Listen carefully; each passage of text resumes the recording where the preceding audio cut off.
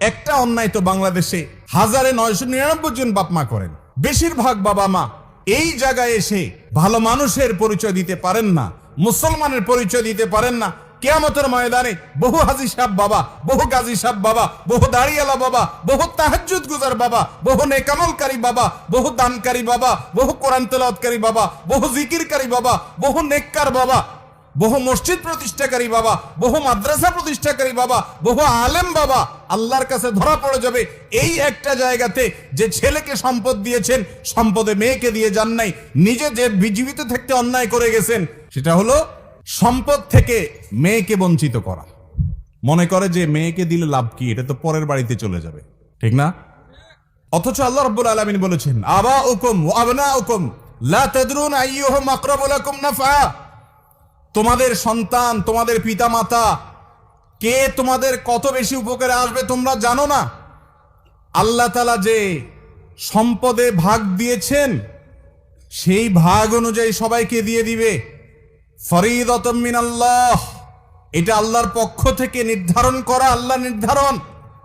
আল্লাহ শুরুতে বলেছেন, ইউসিকুমুল্লাহ ফি আওলাদিকুম, তোমাদের সন্তানদের ব্যাপারে আল্লাহ ওসিয়ত করছেন। আল্লাহ মালিক হয়ে, সৃষ্টিকর্তা হয়ে অর্ডার করছেন, এটা না বলে আল্লাহ বলছেন ওসিয়ত করছেন, সেটাও অর্ডার। কিন্তু এই শব্দের মাধ্যমে এক ধরনের আবেদন আছে, এর মধ্যে এক ধরনের আবেদন আছে।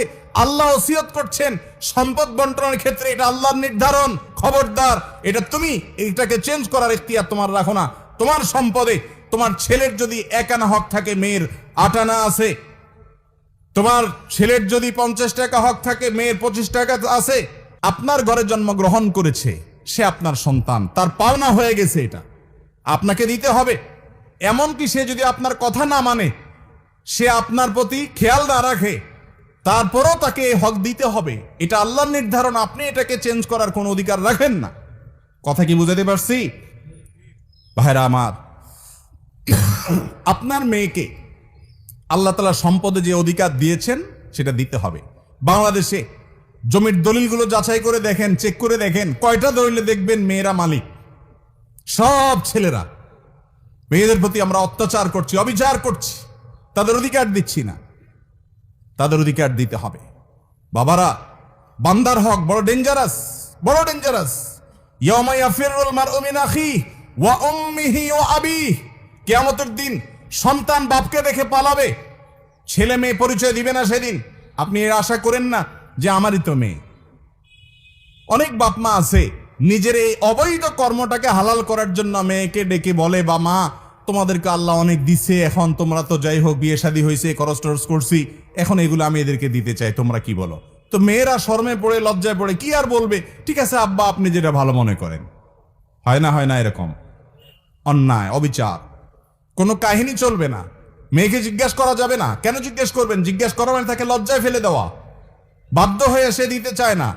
ভাইদের সামনে, সবার সামনে জিজ্ঞাসা করবেন, সে বলবে না আমারটা আমাকে দিতে হবে, তাহলে তো ভাই বলবে বেটা তোমার আর জায়গা নাই।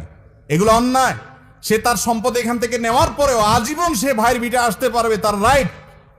কারণ ভ্রাতৃত্বের বন্ধনের কারণে ভাই বোনকে দেখবে, বোন ভাইকে দেখবে, এটা তাদের কর্তব্য পারস্পরিক। মা বাবারা এ অন্যায় করবেন না। সম্পদ দেওয়ার ক্ষেত্রে বৈষম্য করবেন না, বান্দার হক নষ্ট করা হয় এক্ষেত্রে। সন্তানের বিষয়টা খেয়াল রাখবেন। এর পাশাপাশি সন্তানের মধ্যে সমতা বজায় রাখতে হবে। একজনকে মহব্বত করতে গিয়ে আরেকজনকে জুলুম করতে পারেন না। বিদেশ থেকে এক সন্তান টাকা কমাই করে পাঠাইছে, সারা জীবন টাকা আপনার নামে পাঠাইছে, আপনি জমি লিখে দিলেন আপনার নিজের নামে, এরপরে যেগুলো টোটো করে এলাকায় ঘুরছে ওইগুলোকেও জমির ভাগ দিয়ে দিলেন, আর ওই বেচারা তার জীবন শেষ করলো কামাই করতে করতে। এইরকম জুলুম অনেক বাপমা করেন কি করেন না? এগুলো করা যাবে না। ইনসাফ করতে হবে, যার যতটুকু হক তাকে ততটুকু দিতে হবে।